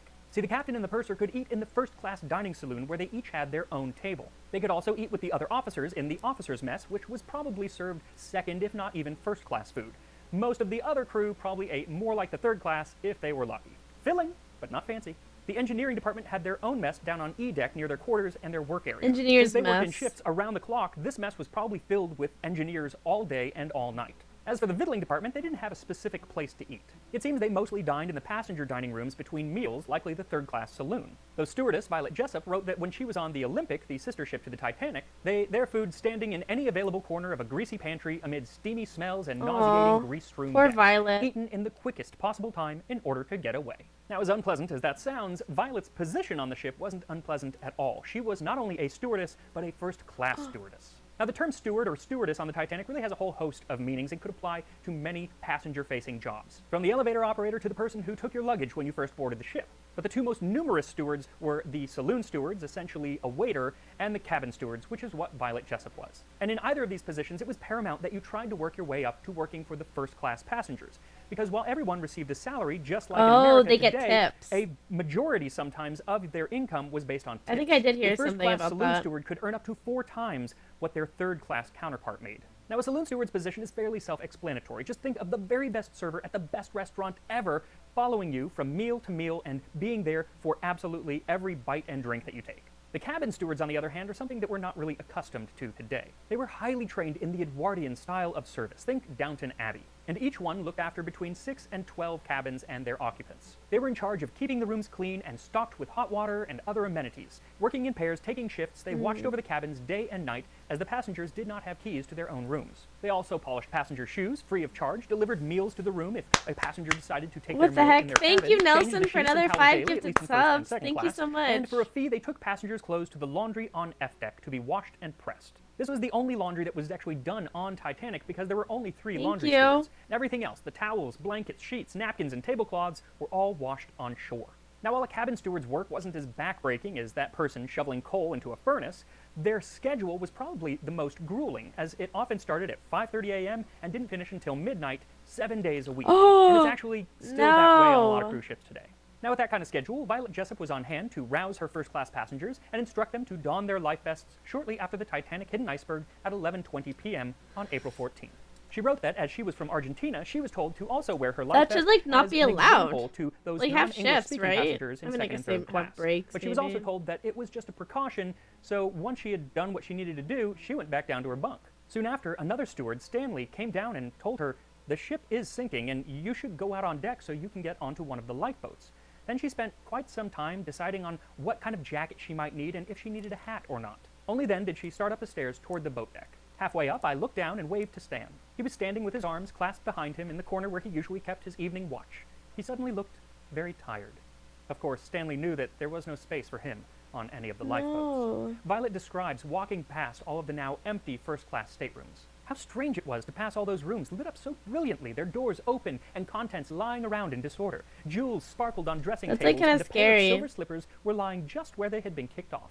When she arrived back up on the boat deck, she stood waiting patiently near the boats and describes how it was as people slowly began to realize that something was really wrong. First, when distress rockets went off, and then when third-class passengers who had already seen the water below decks started coming up on deck. And finally, when a mailman casually mentioned that mail was floating as far up as F deck.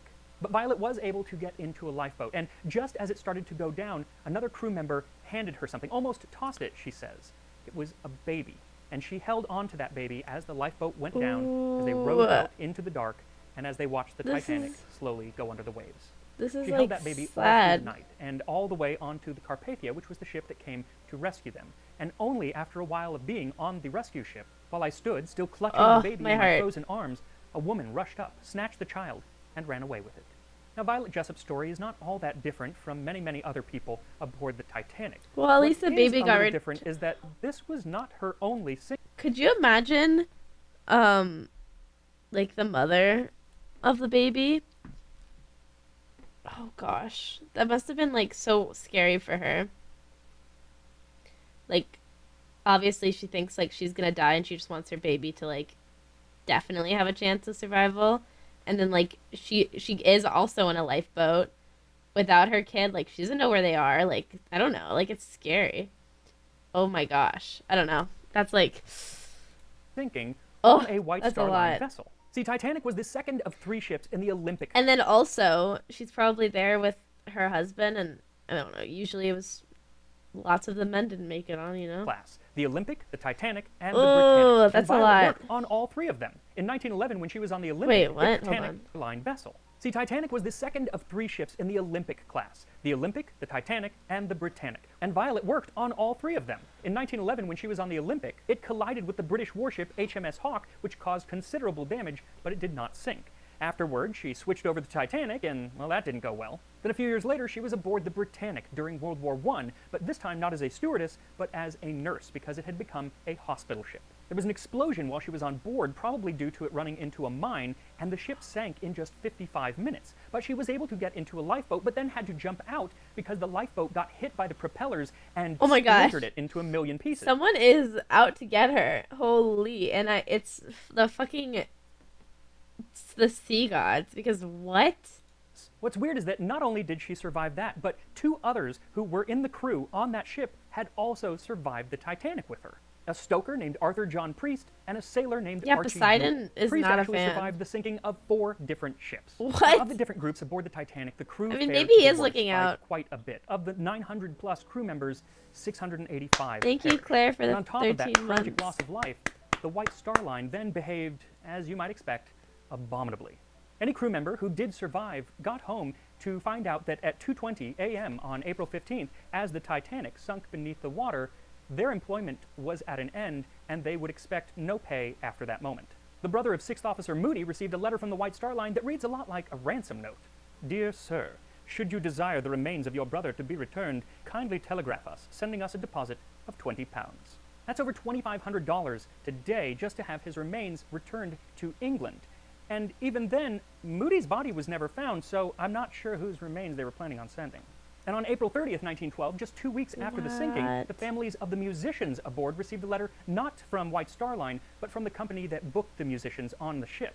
Dear Sir, we shall be obliged if you will remit us the sum of 5 shillings 4 pence, which is owing to us as per enclosed statement. We shall also be obliged if you will settle the enclosed uniform account. Yours faithfully. That would be a bill for the uniforms that their loved ones had died in. No. And on that sorrowful note, let us remember the brave crew members of the RMS What? Titanic, some of whom would have made this wonderful dish of sirloin of beef with chateau potatoes. So once your steak and potatoes are cooked, What? set them on a plate and brush the steak with the meat glaze. Add a bit of the béarnaise sauce, garnish the potatoes with parsley, and serve. And here we are, sirloin of beef with chateau That's potatoes like- and béarnaise oh. sauce, as served at the last meal aboard That RMS looks really Titanic. good though. The food looks delicious though. Yummy. I love béarnaise sauce. Woo! I want to try it. Yum. Oh gosh. Ridiculously delicious. So there's this wonderful crunch to the steak, but then the inside is just so tender. It looks and really the sauce, good. you don't need very much because it is somewhat astringent. There is that kind of vinegar tinge to it, but it's also very creamy, and the tarragon just explodes. The flavor just explodes. It's absolutely wonderful. Also, don't neglect the meat glaze. It seems very simple, but it adds this wonderful richness to the flavor. It's like steak squared. Now for the potatoes, that took me forever to carve this little thing. Let's give that a shot.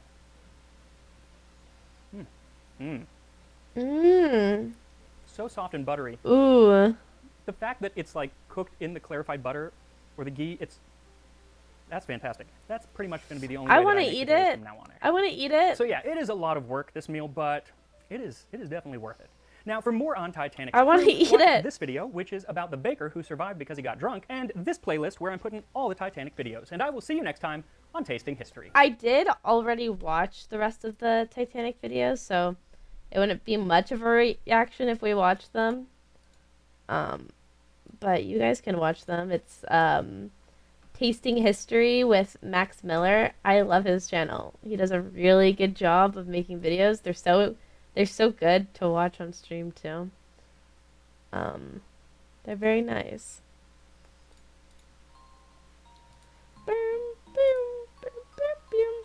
No, it is really cool. I don't know.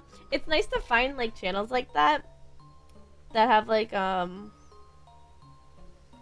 don't know, nice little videos, especially when they're like a little educational, and then it like feels good watching it because you're like, oh well, I'm learning about history, you know. I'm not wasting my time on YouTube. I'm learning. It's educational, right guys? You guys just spent time watching my stream and now you learned something about history. Like that's like productive. You're welcome, by the way. No, it is educational. What do you mean copium? It is free education. You're welcome. Getting your degree on your own time online. You're welcome. Have you watched Puppet History? I haven't. What's Puppet History? Let me search.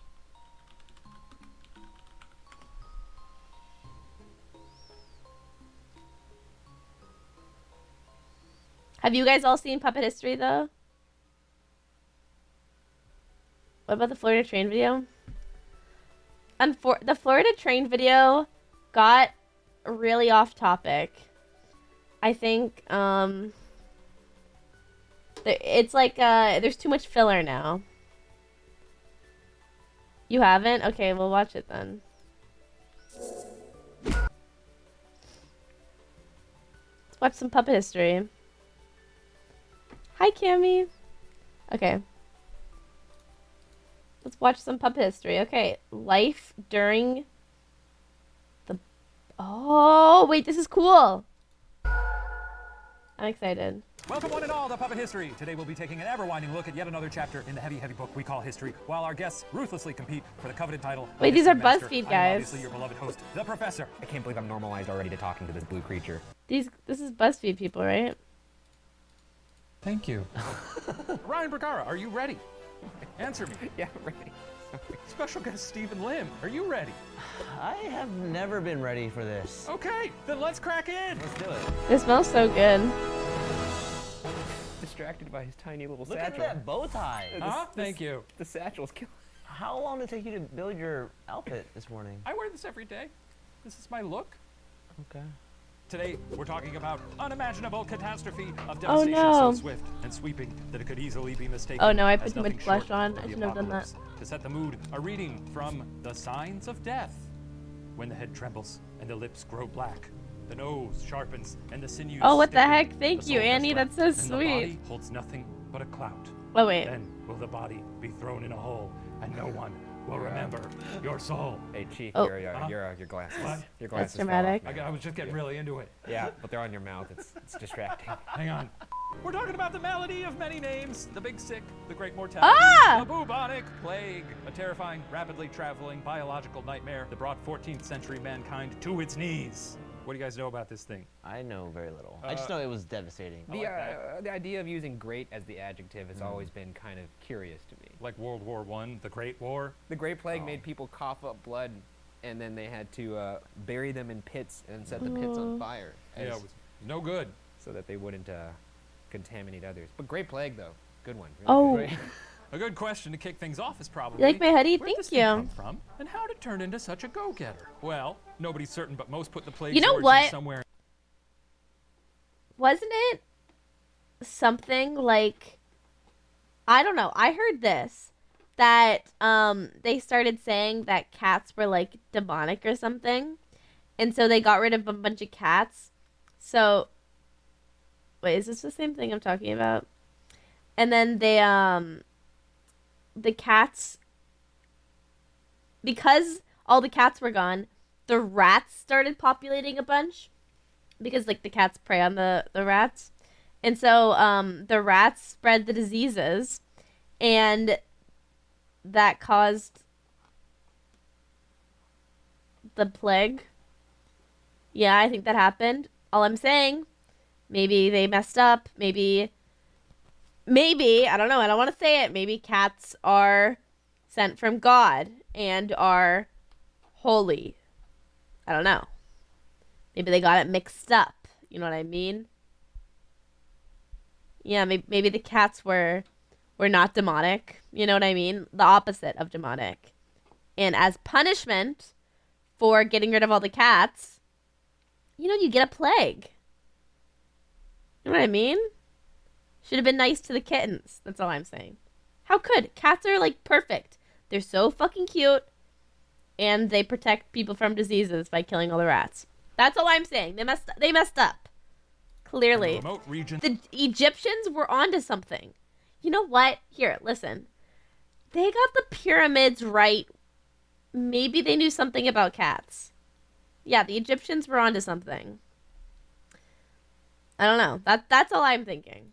Of Mongolia. Based on contemporary reports of mysterious maladies, it may have spent some time bouncing around smaller populations in northern China in the 1330s, but would really explode in 1347. And as for its biological tenacity, before we understand anything about the plague, we must first understand 3 key organisms in this global dance of death: the bacteria, the flea, and the rat. You guys get rats in LA? Oh, but there's another organism, the cat, which could have prevented it, but they had to get rid of the little kittens. I was once in my classroom, actually, in high school, and a rat fell from the ceiling and hit a girl's desk. And my teacher pushed a child out of the way and said, "Every man for himself." That's pretty funny. He ain't no professor, I'll tell you that. Plague, as we know it, is caused by a little bacteria called Yersinia pestis, a very tough little guy. Not only can it be spread by fleas, it can be spread by 21 different species of fleas. According to author John Kelly, it can affect rats, squirrels, gerbils, prairie dogs, and roughly 200. Ooh. You know what? You know what's funny? Do you know what animal that I see in there that I don't see in there actually? Can you guess what animal it is? Cats. Cats.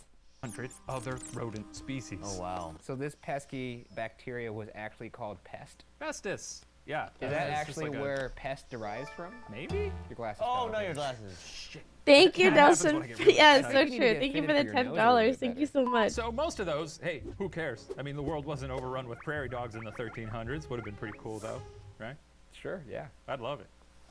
Rats, though! Rats! Rats are the big problem here. Oh, rats. Specifically, Rattus, the black rat. Nearly Rat-a-tat. invincible rodent that can sire millions of offspring and chew through, among other things, lead pipes. And when you put 3 of those things together, there's a nasty little biological menage a trois that goes down. Oh, no. The red light can only mean we've arrived at our first question. What do you think happens when an infected flea crosses paths with a rat? A, the infected flea burrows into the rat and dies there. B, No. the infected flea vomits into the rat. Or C, the infected flea sits in the rat's brain and controls it like that little guy in Men in Black. C. It's Quill. I love it. While you fill out C. your answers, I'll show you what you're playing for here. Or That's what I B. wanna know. Behold, the coveted cup of the history master. Is that a hand I see? No. Whose watch is that? Huh? Oh, bet you guys want to win that, huh? Yeah, sure, man. Does it come with a hand? Ryan, what did you put? I put A, but I would very much like it to be C. Wait. Because that's more novel to me. Wait, what do you Very good. mean? Steven? I put A as well because I cannot imagine a flea vomiting after a night at the club. A little puke puddle. None of the club. I like that. Well, let's find out. Jesus, someone just shot the professor. I think I got hit by a sniper. What was the name of that trophy that we're winning? I forgot already. Wait, why would it be A? Whoa! Oh gosh, what a lovely night. I don't know how a rat like me got so lucky. Living in a time like this, when the streets are absolutely caked with scum. That's a rat. That is a Yeah, I'm a rat. an attempt at a Brooklyn accent. Kind of look like a kangaroo. Like a kangaroo. Didn't you ever? Your voice changed drastically. No. You went from Brooklyn accent to timid mouse in a house. I think this rat's workshopping accents on the fly. Hey, boy with the strawberry hair. What's your name? Oh, I'm Big Apple Steve. That's right. Oh, Big Apple, where they got the Broadway. Yeah, that's right. Hey, when you go to Broadway, do you yell at the people on stage? No. I'm in the middle of a scene. Sorry. Thank you. Apologies to the mouse. Where was I? Gosh, what a lovely night. Oh, hey. Oh, well, if it ain't my old pal, Mr. Flea. Here to deliver one of his classic bites, no doubt. Well, have at it, you pesky devil.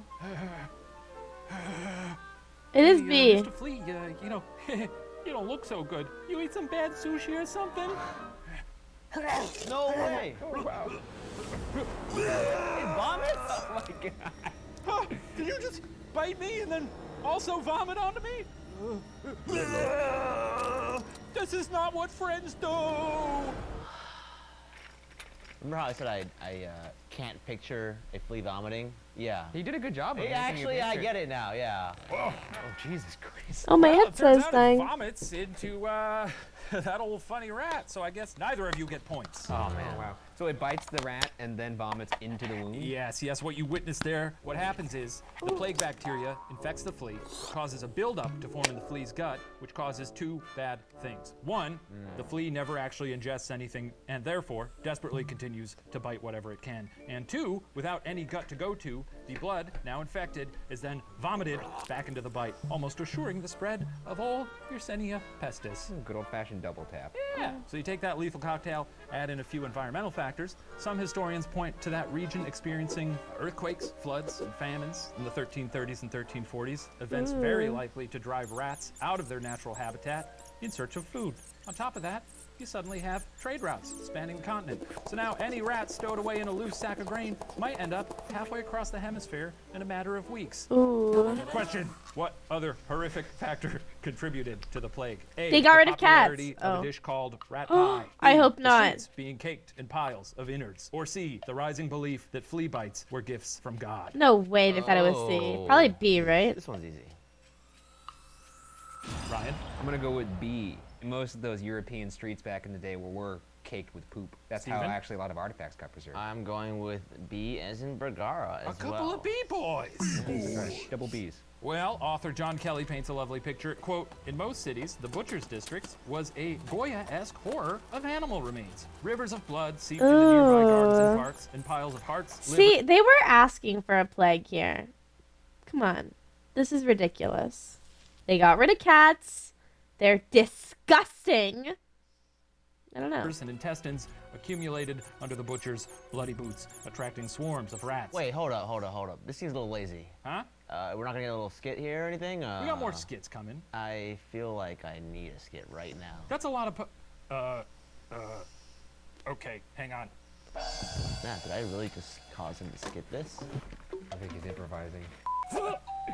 Wow, what a lovely day. Oops, I stepped in some poop.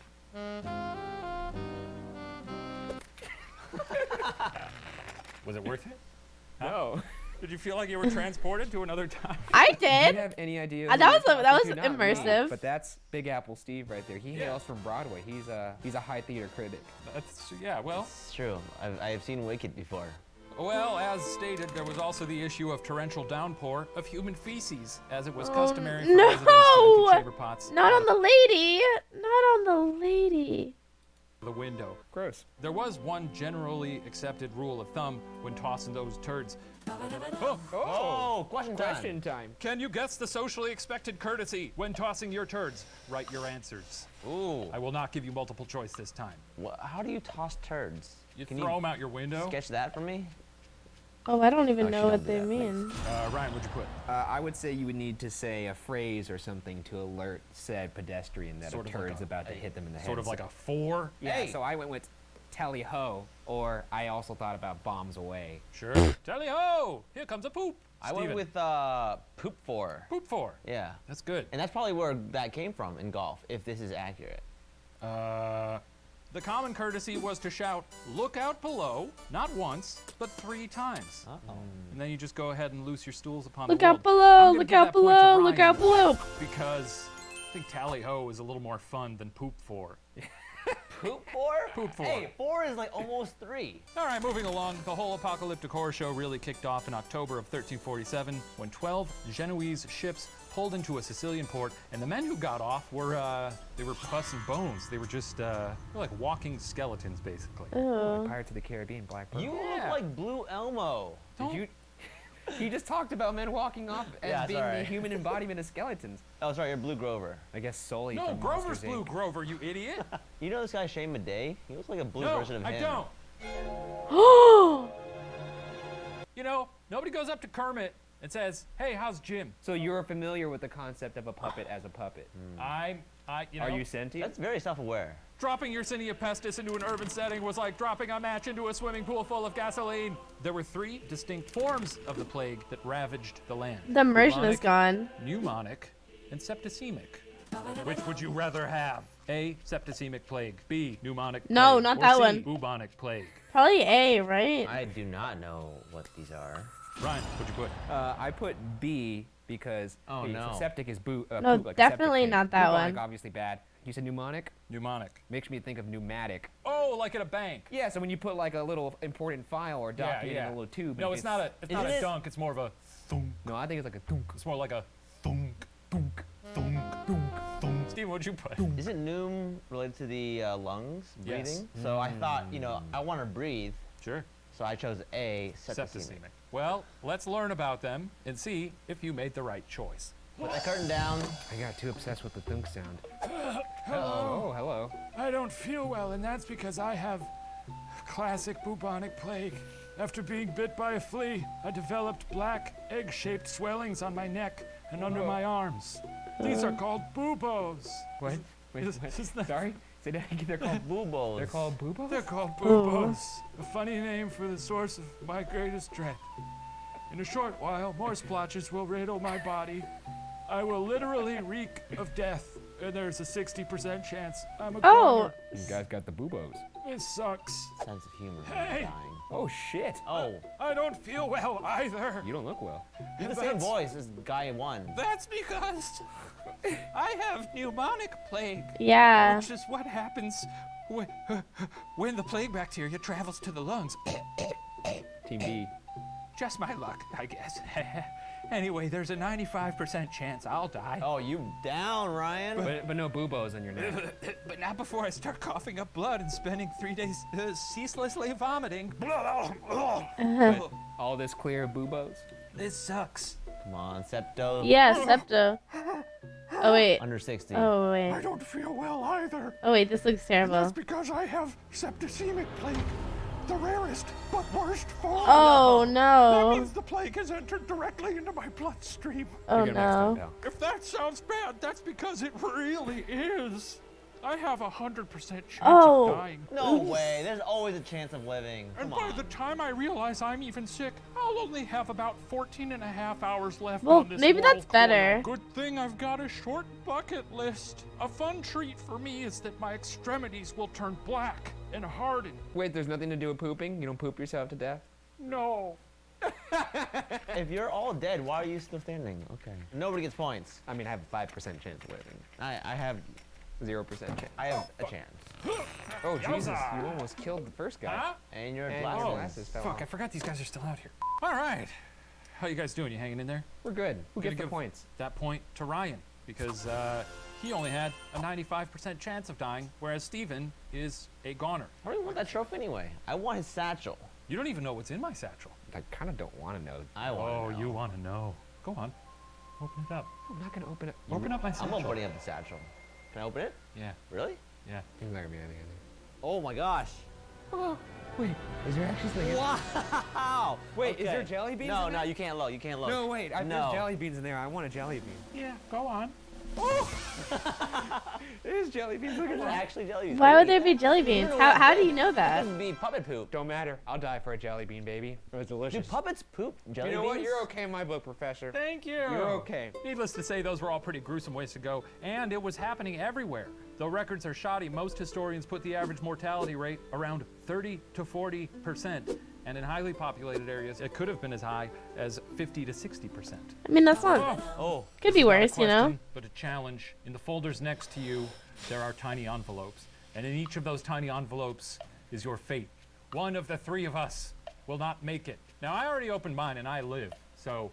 Oh, man. Oh, I do like this tiny little letter. That's kind of fun. You want to swap envelopes? No. Oh, like the old Monty Hall? You sure? Think it's worth it? I'm thinking good. I'm going to keep my envelope. Envelope. And on Envelope? I think envelope. Envelope. Oh gosh. Hey, look. What do we Says I got? remain alive. Well, no. Congratulations, you have died plus 1 history point. Oh! Yay. Let's just bask in this for a moment and try to feel the weight of a world without Stephen Lim. He's not real. It's a puppet. You're saying. No, you're not real. You're saying. How do you toss turds? Well, he was a good guy. And, I don't know what else to say about him, really. Wow. Back to the plague. The most hilarious part of this whole thing, to me, is that everybody who was supposed to have answers for this stuff, doctors, church leaders, they had no idea. Some renowned blowhard in Paris said it was caused by a strange alignment of the planets. Could you say that sentence again? I got distracted. Why? No reason. Well, God-fearing folk just chalked the thing up to divine wrath. Most of them probably thought it was the genuine end of days. There was a weird response to that in the form of the flagellants, a group of people who toured from town to town. They'd show up, whip themselves to a bloody pulp as the local townsfolk cheered them on, then writhe on the ground as the locals dipped their handkerchiefs in fresh puddles of blood. They call themselves the flatulence? No. What did you say? That's what it sounded like. Yeah. They go to Oh town gosh. No. farting? The flagellants. Like flat. No, we get it. Yeah. Flagelling. And as for doctors, they actually tried their best, but they also fell short. A lot of them blamed, quote, infected air, which is sort of close, but they prescribed things like bloodletting and opening northern-facing windows. Which of these other strange things was prescribed by doctors? A. Huffing toilets. B. Wine enemas. Or Yeah. C. Snorting ground-up wasp wings. Maybe wine enemas. I'm locked in. Ryan. I'm going to go with B, wine enemas, because right. I could see maybe how they would think that would flush the system. Okay. And Steven? I went with C. C. Snorting The wasps. ground-up wasp wings. Well, one physician noticed that latrine cleaners seemed less vulnerable, which resulted in scores of people huffing actual No way. human fecal fumes. No way. Really? Point to nobody. As you can imagine, once the death toll started to rise, things got real grim. Businesses closed up shop, people left town, carts made daily rounds to collect the previous night's deceased. It wasn't long before bodies were piling up. At night, That's dogs horrible. and pigs would feast on the shallowly buried bodies. Oh, Graveyards gosh. filled. In some areas, they dug mass burial pits. Ooh. Elsewhere, they dropped hundreds of corpses into a nearby river to take them to, well, who the hell cares? As you would. It's Somewhere morbid. else. In this kind of atmosphere, you can understand how people might just totally throw in the towel. In the novel The Plague, the narrator exemplifies this emotional exhaustion. Quote, none of us was capable of exalted emotion and sorry. In his novel, Gather yourself, says our Professor. toasty back here. None of us was capable of exalted emotion. All had trite, monotonous feeling. It's high time it stopped, people would say. As you would say when all of your family members are dying. It's high time this High stopped. time this would stop. I'm gonna start using that. Me the puppet. It's high time this would stop. But they said it in a British accent, though, right? I mean, it was all over High Europe, time this would so stop. it's high time. Is that German? I don't know what that was. Well, the constant looming specter of death also seeped into art. If you'll look in your folders at the supplementary materials, take them one at a time here. More You'll find some art from someone who lived through the trauma of the plague, Hans Holbein. the Hans Younger. Holbein. And it features the Dons Macabre imagery that arose around the time. Oh, there's a child. Oh, no. Oh, God, this that's is great not stuff. funny. Now, that is pretty good stuff. I do appreciate that. Oh, No, that's dark. don't take our baby. baby. The funniest thing about it is the nice little nightcap that he has. Hey, but that kid's shirt's pretty fashionable. That's a new Kanye collection. It really is. Well, in what must have seemed like a miracle, the plague would largely run its course by 1351. Luckily, the rats carrying the plague were not actually native to Western Europe, so once the disease burned through the population, it could no longer sustain itself. 4 years of constant, gripping terror. For what? Well, I'll tell you what. There were some baller upsides to this whole thing that nobody ever talks about, so let's count our blessings. What? Which of these was an unexpected upside What? of the plague? A, it killed a very bad pope. B, it raised minimum wage. C, people made sheds out of bones. Raised A? minimum wage. I feel like a Right, minimum man. wage wasn't really Curve. a This is what thing this is. back then. It's like Like it very wasn't a depressing Shark capitalist Tank. thing. I go B. I'm gonna go B as well. Couple of B's. My B-boys again. Yeah, we're riding hard. Points for both of you. The job market Oh. was a booming. So landlords tended to employ Okay. numerous workers, and since the workforce was, in some places, almost halved, Yeah. they were desperate to hire whoever they could, which allowed the workers to up their asking price. Simple economics. Well, minimum wage was what threw me off there.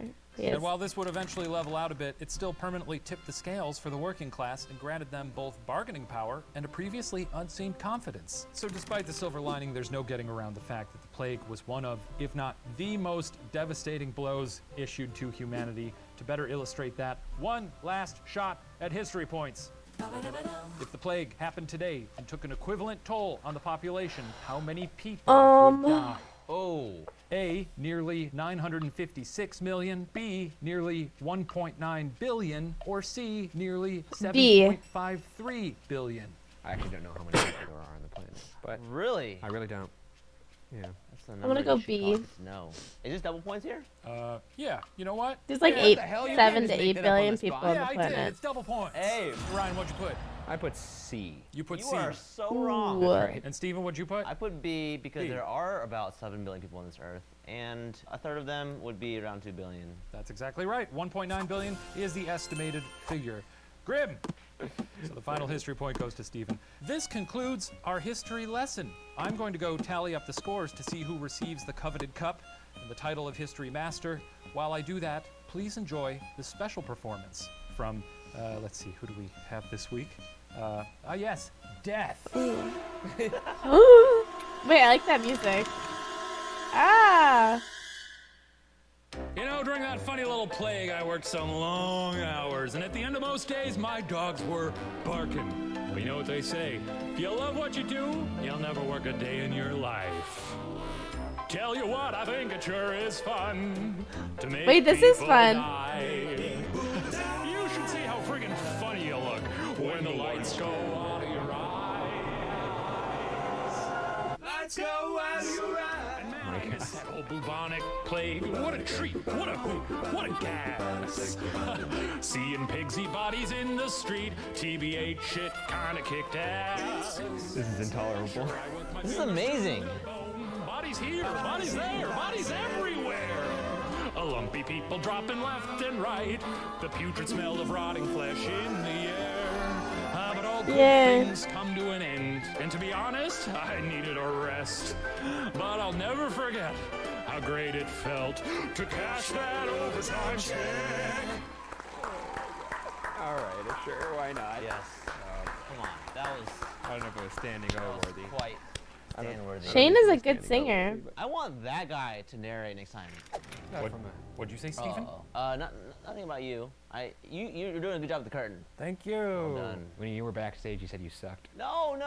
I do love the man who decides my fate with the You trophy. said you stunk big time. Well, let's then give you it made a up fart for that noise. wonderful performance. What a guy. That was good. What a guy. And now for the total scores. It appears that Stephen Lim Has lost. is our history master. Oh, yay. With 5 history points. 5 points, baby. Bogus. Cause I died. Stephen, come collect the coveted history cup. Thank You are Fixed. the Thank you. history master. I'm gonna walk by you slowly so that you can see who won. You don't deserve it. You don't deserve that. You don't deserve that. Oh my god! And I have a bottle of jelly beans inside the trophy. Again, that is my poop. I don't think he ever mentioned that before. Well, thank you for watching Again? Puppet Yeah, he History. didn't. We will see you next time. Thank you to Stephen Bye. again for joining us. No thank you to me. What just happened? Wait, open your mouth. I got you. Oh, That was that was a lot worse. not even. More. All right, you're just gonna waste jelly beans. I'll see you later, guys. You didn't thank me, Bye-bye. Professor. Bye, Ryan. You didn't thank. That was awesome. Wow, what a nice little history. That's fun. I like these. I'll probably watch more. Maybe not right now. Yeah, educational. We're learning here. History is fun sometimes. Learning a little something something, you know what I mean? I don't mind learning. I don't mind it. I'll admit it. I don't mind. Yay. No, it's cute. Boom, boom. I do think that we might want to... Oh, I've been streaming for 12 and a half hours. Perhaps we do hit it with maybe an end. Maybe we do end soon. I'm going to run another ad. I'm sorry for the first one. This will be a little shorter, okay? I'm sorry. A quick ad. I'm sorry. Hi, everyone that's subbed. Did I run it? Okay. Wait, guys, stop being sad. Stop being sad.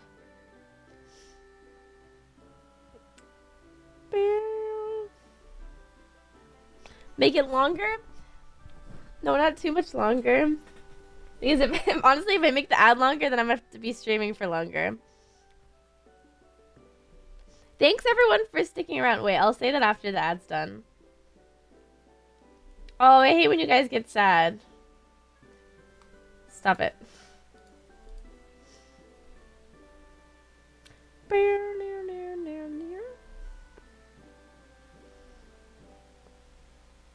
45 more seconds until everyone comes back.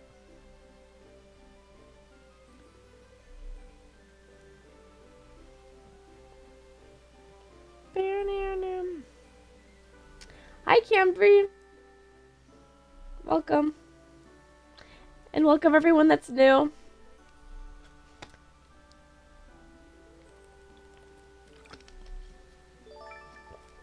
What the heck? And thank you, Nelson, for another $10. Hope you have a wonderful night. You've been crazy with the donos. Thank you so much.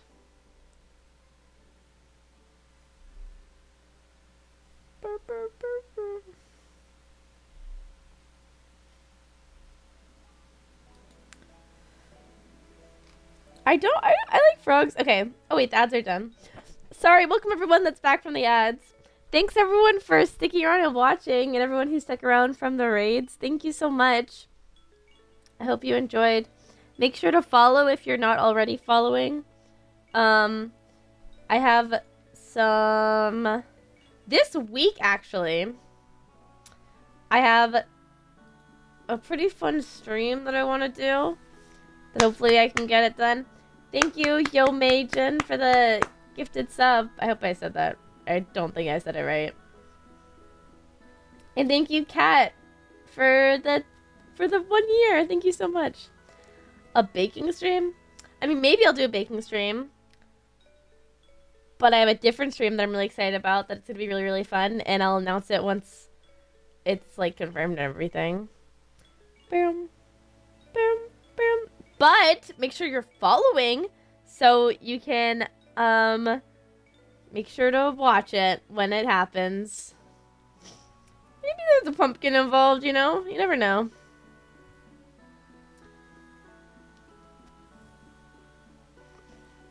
But thank you everyone for watching. Oh,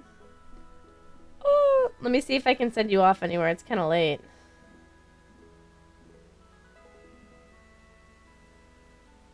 Boom. Boom. Boom. Boom. Thank you, Ashlyn, for the 7 months.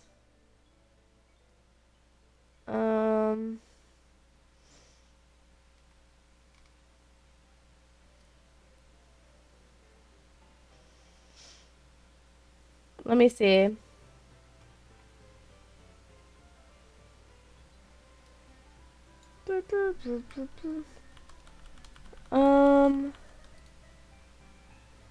You know what? I have somewhere. I have just the right place to send you guys. Thank you everyone for watching. We're gonna raid Voodoo. They play Minecraft. They're playing Minecraft right now. And yeah. Make sure you guys say hi. Give them lots of love. Bye everyone. I'll raid now. Or I guess yeah. Alright now thank you everyone for watching. Make sure you're following me and everywhere. Oh, actually exclamation mark socials. Here, I'll do that. And join my Discord so that you don't miss a stream, and my Twitter, and then maybe my Instagram. I posted a picture there recently. And then maybe my TikTok. And then also, what the heck is this? Also, I have my newest YouTube video. I think it's pretty good. You guys should watch it.